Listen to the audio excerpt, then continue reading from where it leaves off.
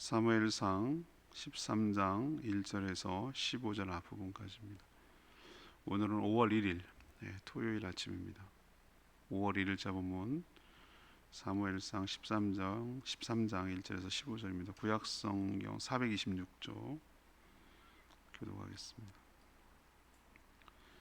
사울이 왕이 될 때에 40세라 그가 이스라엘을 다스린 지 2년에 이스라엘 사람 3,000명을 택하여 그 중에서 2,000명은 자기와 함께 믹마스와 베델산에 있게 하고 1,000명은 요르단과 함께 베냐민 기브아에 있게 하고 남은 백성은 각기 장막으로 보내니라. 요나단이 게바에 있는 블레셋 사람의 수비대를 치매 블레셋 사람이 이를 들은지라 사울이 온 땅에 나팔을 불어 이르되 우리 사람들은 들으라 하니 온 이스라엘이 사울이 블레셋 사람들의 수비를 친 것과 이스라엘이 블레셋 사람들의 미움을 받게 되었다함을 듣고 그 백성이 길갈로 모여 사울을 따르니라. 블레셋 사람들이 이스라엘과 싸우려고 모였는데 병거가 3만이요 마병이 6,000명이요 백성은 해변에 모래같이 많더라. 그들이 올라와 벳 아웬 동쪽 믹마스에 진침해 이스라엘 사람들이 위급함을 보고 절박하여 굴과 수풀과 바위 틈과 메롱목과 웅덩이에 숨으며 어떤 히브리 사람들은 요단을 건너 갓과 길르앗 땅으로 가되 사울은 아직 길갈에 있고 그를 다른 모든 백성은 떨더라. 사울이 사무엘이 정한 기한 내로 예 동안 기다렸으나 사무엘이 길갈로 오지 아니하매 백성이 사울에게서 흩어지는지라. 사울이 이르되 번제와 화목제를 이리로 가져오라 하며 번제를 드렸더니 번제 드리기를 마치자 사무엘이 온지라.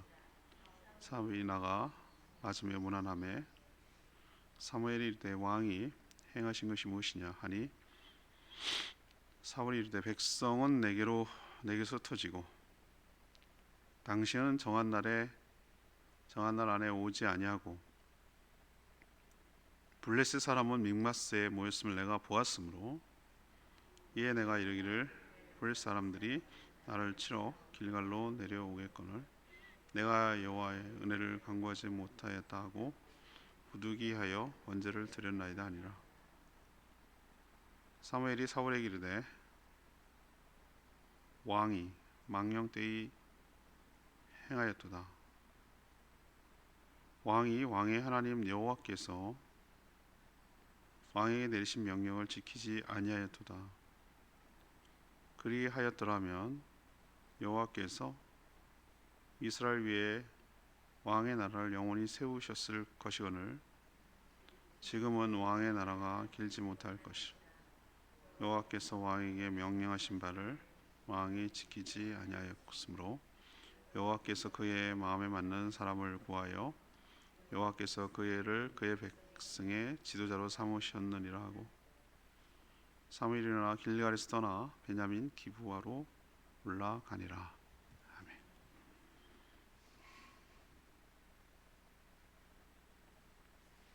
사울이 40년 통치했는데 2년 초반이죠. 아들 요나단이 블레셋 국경 수비대를 공격한 것이 빌미가 되어서 두 나라의 전면적 양상이 되었습니다. 블레셋 중무장을 한 큰 군사 대병이 모였고 이를 본 이스라엘 백성들은 두려워 무서워했습니다. 숨었습니다. 제사를 드리고 하나님의 응답을 받아 출전하려고 사울은 마음먹었지만 집례할 사무엘이 오지 않는 거예요. 백성은 흩어지고 급한 마음에 사울 왕이 자기가 제사를 드린 겁니다.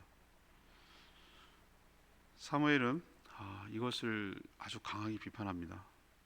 그리고 망령된 일을 행했다라고 하면서 다른 사람을 왕으로 세울 거라는 좀 충격적인 말을 하는 내용이 오늘 내용이 되겠습니다.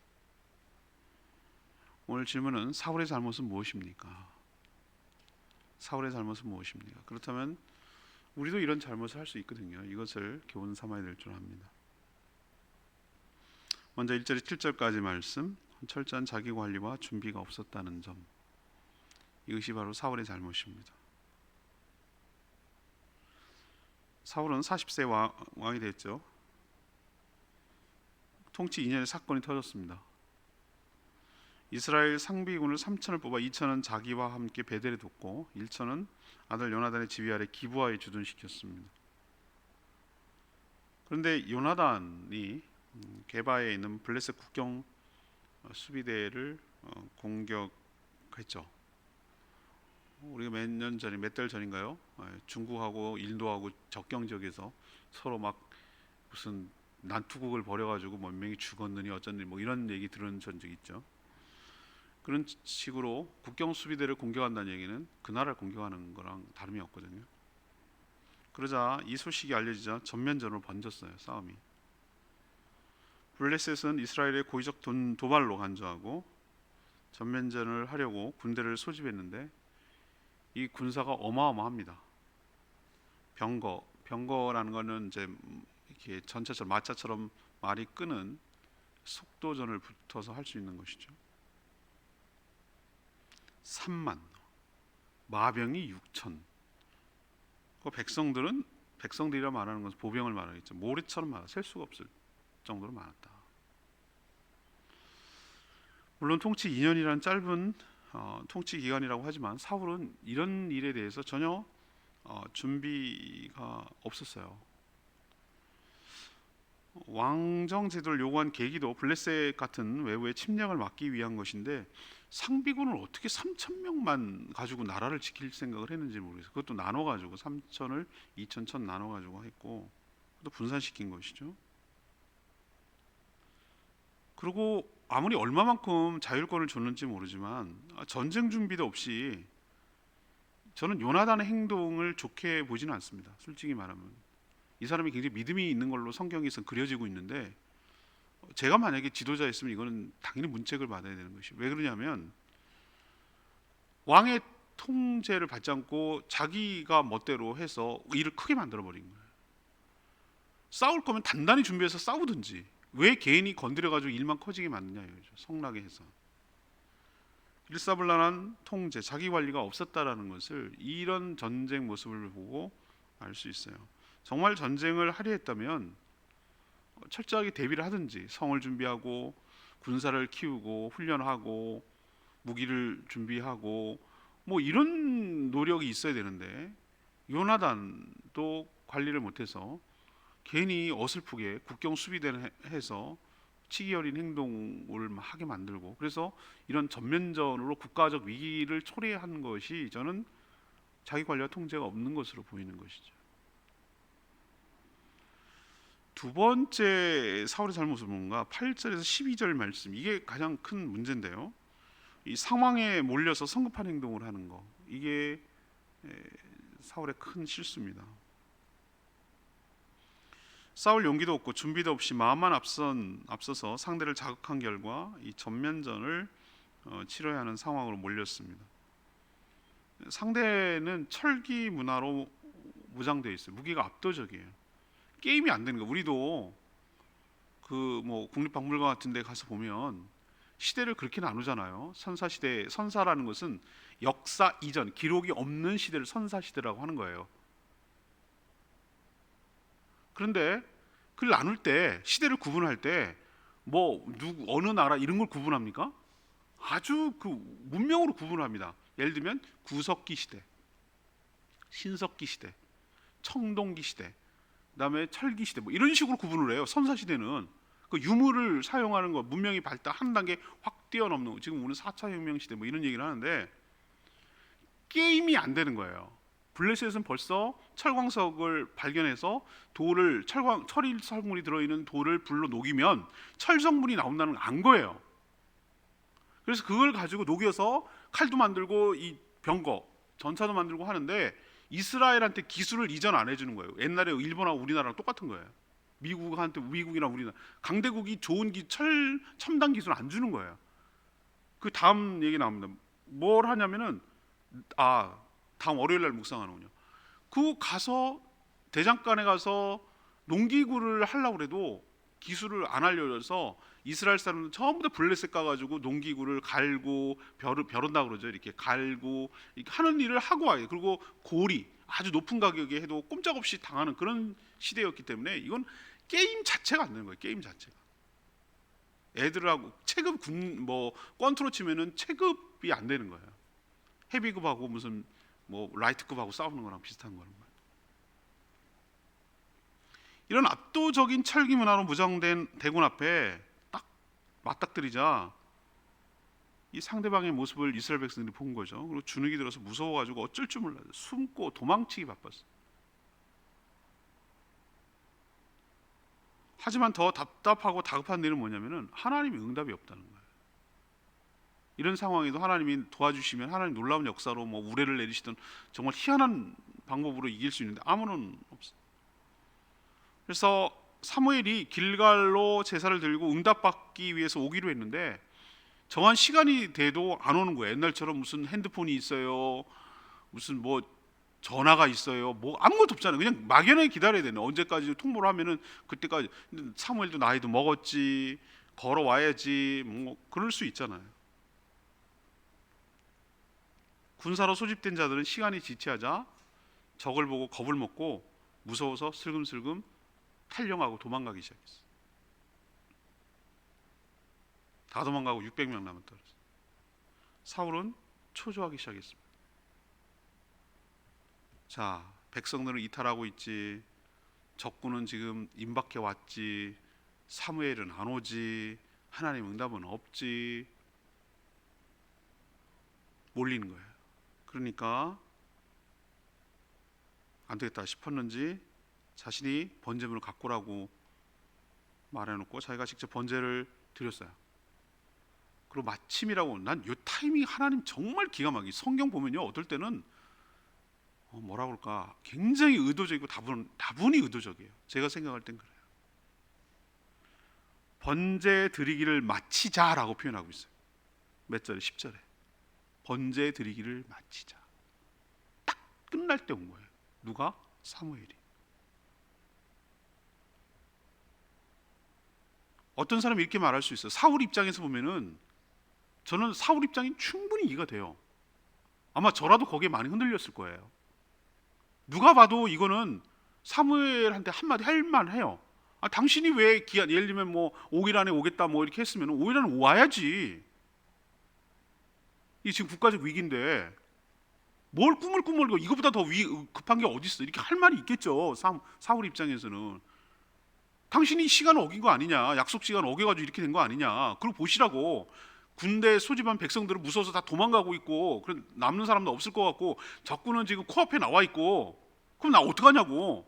얼마나 할 말이 많아요? 저는 충분히 할 말이 많다고 생각해요. 이해돼요. 세상에 이해 안 되는 거 없어요. 다 이해돼요. 그 사람 입장이 되면 이해가 된다니까요. 근데 해야 할 일이 있고 하지 말아야 될 일이 있어요. 하나님은 이걸 보셨는지도 몰라요. 이걸 보시려고 일부러 지체하게 하고 이렇게 코너로 모으셨는지도 몰라요. 우리도 인생의 코너에 몰릴 때, 사울처럼 인생의 코너에 몰릴 때가 있어요. 근데 하나님 뭘 보고 싶으냐면은, 하나님 다 준비되어 있어요. 하나님 다 생각이 있어요. 이분은 다 계획이 있다니까요. 우리 뭐 명대사 있잖아요. 다 계획이 있구나. 계획이 있어요. 하나님은 안 알려줬을 뿐이지. 근데 뭘 보고 싶으냐면, 하나님은 이 마지막 위기 순간에도 끝까지 하나님을 신뢰하고 의지하는지를 보고 싶은 거예요. 하나님은. 근데 우리는 여기서 다 넘어져요. 여기서 다 실패해요. 우리가 상황이 좋고 믿음이 좋고 상황이 편안하고 뭐 위기 상황이 없을 때, 그때 믿음이 드러나는 게 아니에요. 코너에 몰릴 때, 위급할 때, 다급할 때, 이렇게 할 때 우리가 이게 막 나오는 거거든요. 우리 여러분 아시잖아요. 막 다급할 때 막 사투리 나와요.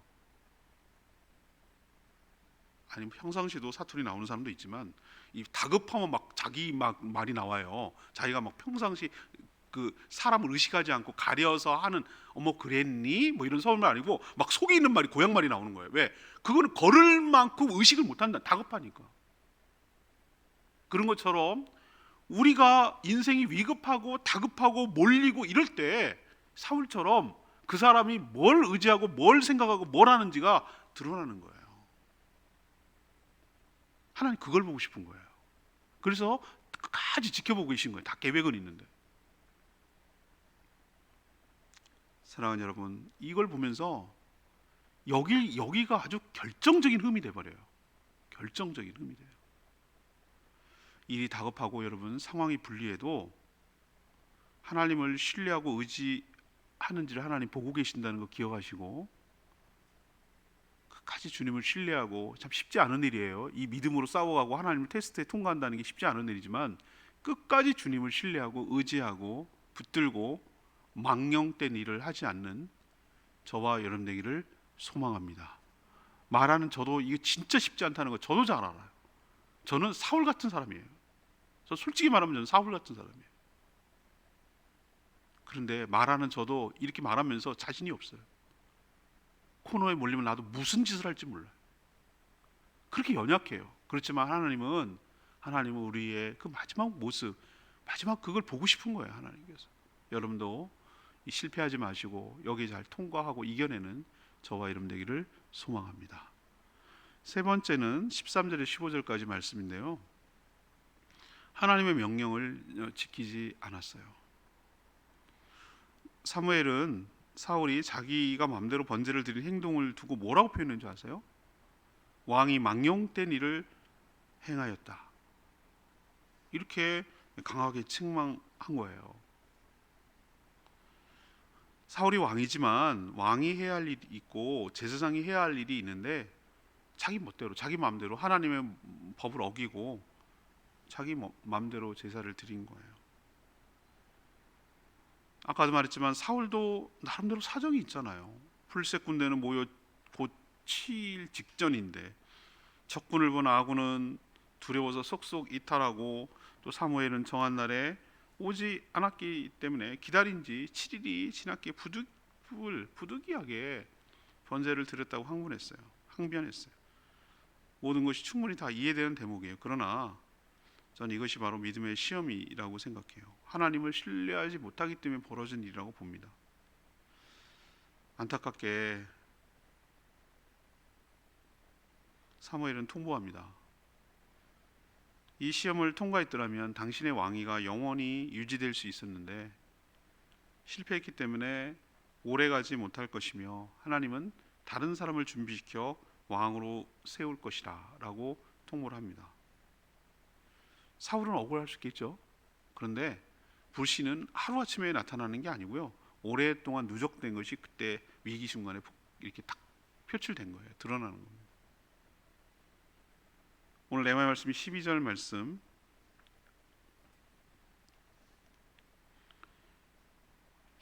이에 내가 이르기를 블레셋 사람들이 나를 치러 길갈에 내려오겠거늘 내가 여호와께 은혜를 간구하지 못하였다 하고 부득이하여 번제를 드렸나이다.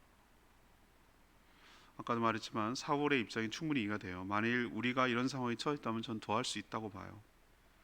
그러나 사울은 이게 하나님의 마지막 테스트, 시험인 줄 몰랐어요. 여기만 통과했더라면 사무엘의 말대로 그의 왕위는 영원하고 견고할 수도 있었어요. 그러나 여기서 실패했기 때문에 결국 왕위는 사울이 아닌 다윗에게로 넘어가고 말았습니다. 하나님은 핑계와 변명을 듣고 싶은 게 아니에요. 다급해도 끝까지 하나님을 신뢰하며 기다리는지, 기다림이 믿음이거든요. 믿는다는 것은 소망 가운데 기다리는 거거든요.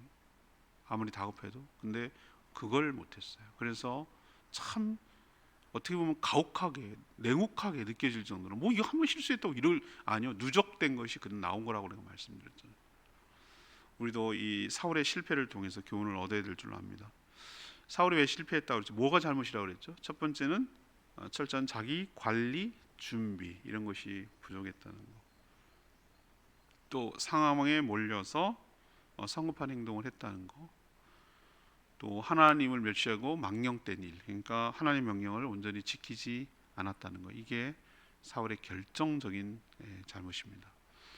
우리도 오늘 말씀을 통해서 많은 생각이 드실 거예요. 아, 나는 사울이라면 어떨까? 참 이게 쉽지 않은 거예요. 하나님, 제가 다급하고 몰려도 믿음이 잃지 않냐고, 하나님 신뢰하는 거 잊어버리지 않고 하나님께서 다 계획하고 준비하는 것이 있을 줄로 믿습니다. 하나님 나라의 지금 믿음을 달아보고 있는 마지막 테스트를 통과하는 줄로 생각을 하고, 하나님 끝까지 주님을 신뢰하며 의지하며 하나님 매달리고 하나님 기대며 살아가는 저희들 되게 하시고, 망해도 죽더라도 하나님 손에 의해서 죽게 하여 주십시오. 하나님 손에 의해서 망하게 해 주십시오 라는 그런 전폭적인 신뢰가 있을 때 하나님께서 여러분들 그 믿음을 귀하게 여기시고 하나님의 방법으로 하나님의 때에 전세를 역전시키시고 승리로 이끌어 주실 줄로 믿고, 왕위가 영원히 경고한 것처럼 여러분의 삶이, 여러분의 인생이 하나님 은혜로 지속될 줄로 믿습니다. 오늘 말씀 붙들고 기도하기 전에 찬양집 501장으로 기도하겠습니다.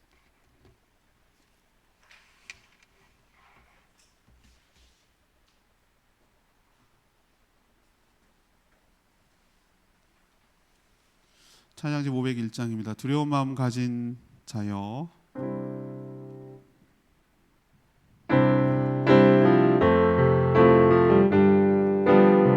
두려운 마음 가진 자여, 두려운 마음 가진 자여, 놀라지 말라.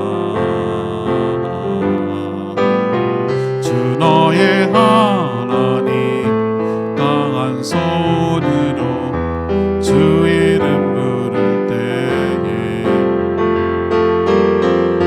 주님 구하시리. 주 오셔서 구하시리.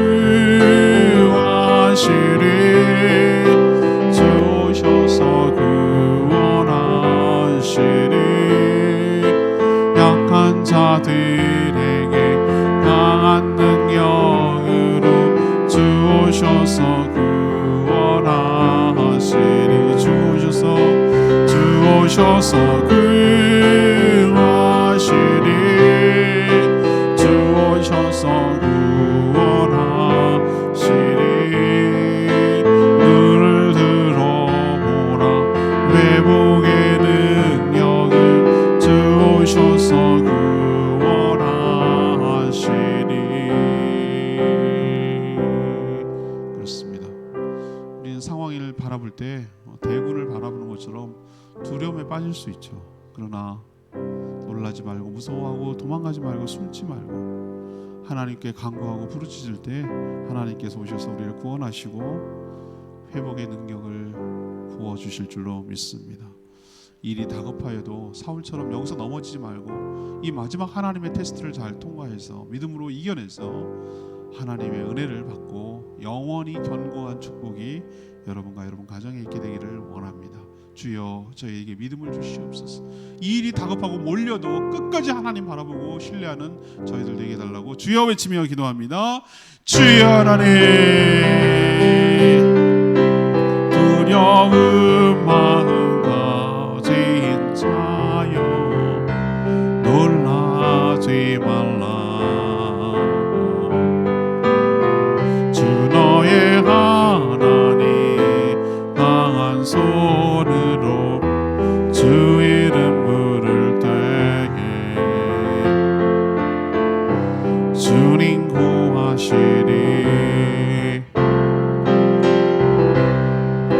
주 오셔서 구하시리. 주 오셔서 구원하시리. 약한 자들에게 강한 능력으로 주 오셔서 구원하시리. 주 오셔서 구하시리. 주 오셔서 구원하시리. 눈을 들어보라. 회복의 능력을 주 오셔서